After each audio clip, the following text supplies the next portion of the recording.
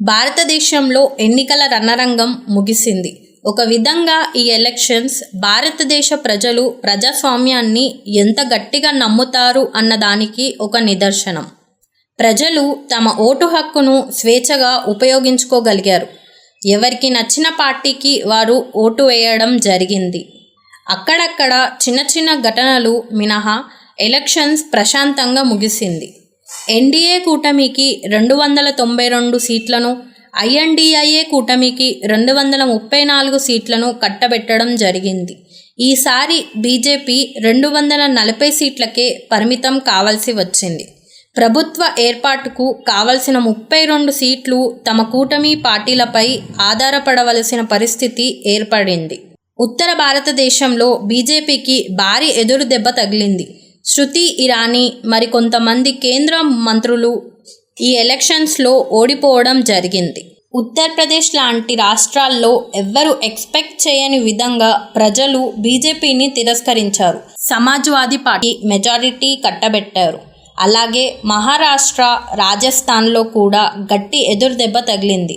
బీహార్, హర్యానా, పశ్చిమ బెంగాల్, కర్ణాటకలో కొన్ని సీట్లు కోల్పోవాల్సి వచ్చింది. ఈసారి దక్షిణాది రాష్ట్రాలు తెలంగాణ, ఆంధ్రప్రదేశ్ మరియు ఒరిస్సా బీజేపీకి ఊహించని విజయాలు అందుకుంది. అలాగే కాంగ్రెస్ కూడా ఎవరు ఊహించని విధంగా 52 స్థానాల నుండి 99 స్థానాలకు ఎగబాకింది. ఇండియా కూటమి 234 మెజారిటీని చేసుకుంది. రాహుల్ గాంధీ గారు కేరళ మరియు ఉత్తరప్రదేశ్ 2 రాష్ట్రాల్లో గెలుపు పొందడం జరిగింది. ఇది కూడా ఒక శుభసూచకం. భారతదేశానికి బలమైన ప్రభుత్వంతో పాటు బలమైన ప్రతిపక్షం కూడా ఉండటం అవసరం ఎంతో ఉంది. ఒక విధంగా ఈ ఎలక్షన్స్ ప్రజాస్వామ్య స్ఫూర్తికి నిదర్శనం. నరేంద్ర మోడీ గారిని మూడోసారిగా ప్రధానమంత్రిగా మనం చూడబోతున్నాం.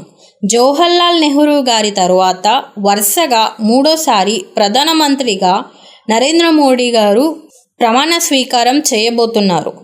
నరేంద్ర మోడీ గారు తన 10 సంవత్సరాల కాలంలో ఎన్నో విజయాలను ఈ దేశానికి అందించగలిగారు.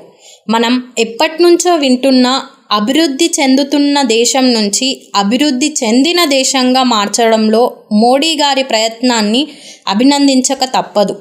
10 సంవత్సరాల తరువాత భారతదేశంలో సంకీర్ణ ప్రభుత్వాలు మళ్ళీ చూడబోతున్నాం. సంకీర్ణ ప్రభుత్వాలు వలన జరిగిన నష్టం అంతా ఇంతా కాదు. అది మన భారతదేశాన్ని పూర్తిగా వెనుకకు నెట్టవేయబడింది. అటువంటి పరిస్థితులు మళ్ళీ రాకూడదని బలంగా కోరుకుందాం. ప్రజాస్వామ్యం వెరజిల్లినందుకు ఒక పక్క సంతోషంగా ఉన్నా మరొక పక్క సంకీర్ణ ప్రభుత్వాలు ఏర్పడడం కొద్దిగా బాధ కలిగిస్తుంది. ఈరోజు భారతదేశం ప్రపంచంలో 5వ ఎకనామికల్ కంట్రీగా ఎదగడం జరిగింది. అమెరికా, చైనా, జర్మనీ, జపాన్ వంటి దేశాల తరువాత 5వ స్థానంలో మనం ఉండడం జరిగింది. మరికొద్ది రోజుల్లో జపాన్ని కూడా అధిగమించబోతున్నాం. ఈ 5 సంవత్సరాల కాలంలో 3వ స్థానానికి ఎదిగే అవకాశం కూడా ఉంది. ఈ సంకీర్ణ ప్రభుత్వాలు వాటికి ఎక్కడ అడ్డుకట్ట వేస్తాయో అని అనుమానాలు కూడా ఉన్నాయి. నరేంద్ర మోడీ గారు ఎకనామికల్గానే కాకుండా రక్షణ పరంగా కూడా భారతదేశాన్ని ఒక మెట్టు పైన ఉంచగలిగారు. రష్యా, ఉక్రెయిన్ యుద్ధాల్లో 2 పక్షాలతో స్నేహం నడపడం, అలాగే ఇజ్రాయెల్, ఇరాన్ల మధ్య జరుగుతున్న యుద్ధంలో కూడా 2 దేశాలకి మిత్రపక్షాలు ఉండటం మనం సాధించిన విజయం. ప్రపంచ దేశాలు భారతదేశం మీద ఆధారపడడం మొదలైంది. అది మనం కన్న కలల భారతదేశం.